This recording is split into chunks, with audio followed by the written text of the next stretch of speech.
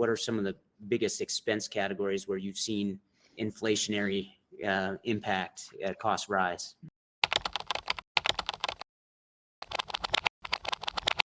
The onus for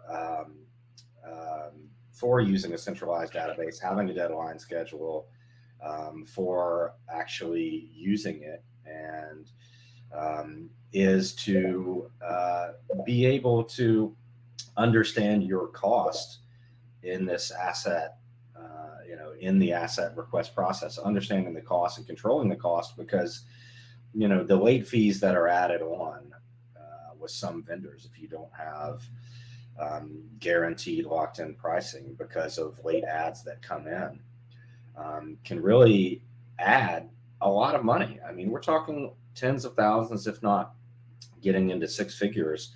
In it's one thing if a program is added to an event, if a program is added late or something else happens that is revenue driven, that okay, well, that makes sense. But when you're not capturing the needs of the teams that are helping you produce the event, it can really lead to a lot of unnecessary financial expense, especially in the markets that we are in now, where look,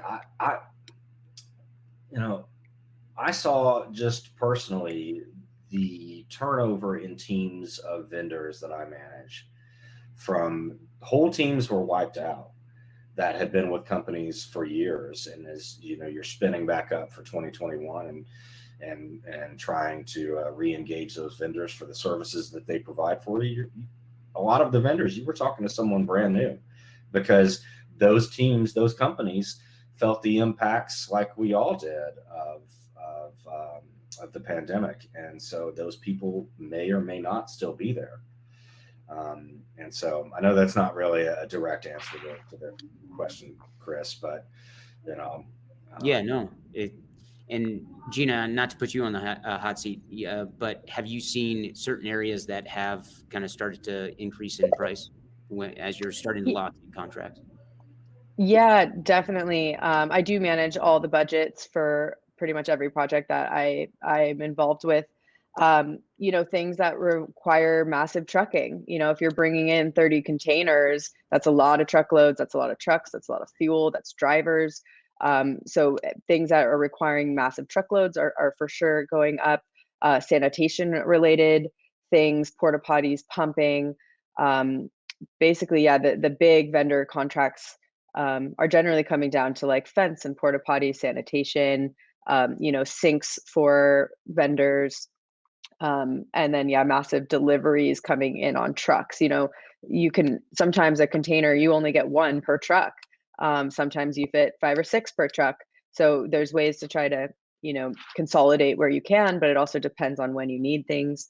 But yeah, pretty much every vendor is going up this year, it seems, and it comes back to labor shortages and fuel and lumber prices going up, and just depending where they get their resources. You think you're buying local, but where did they get their product, and do they have what they need? And then, yeah, when you're competing with a lot of events, if you're on a month that has a lot happening, you have to do your best to get, to wrangle up all the assets you can, because you're up against other big festivals. So prices are certainly going up in most places. So if you can get the same deal as you got last time, definitely lock it in as quick as you can. And is that the strategy, is to lock them in for as early as you? That's generally our strategy, or at least so that you can prepare. If prices are going up and your bottom line is shifting, then you can make adjustments as you go and start to play with the numbers. But if you wait till the end to get all your big quotes, and you've already budgeted the festival, you've already gone on sale without really understanding the cost of your event, then you're going to end up with a challenging time come show. So yeah, I do suggest locking in as much as you can in a timeline that fits with your cash flow. You need to make sure you have the cash to actually give them a deposit in the time or whatever their contract terms are. But the sooner the better, generally on all elements, whether it's labor or resources.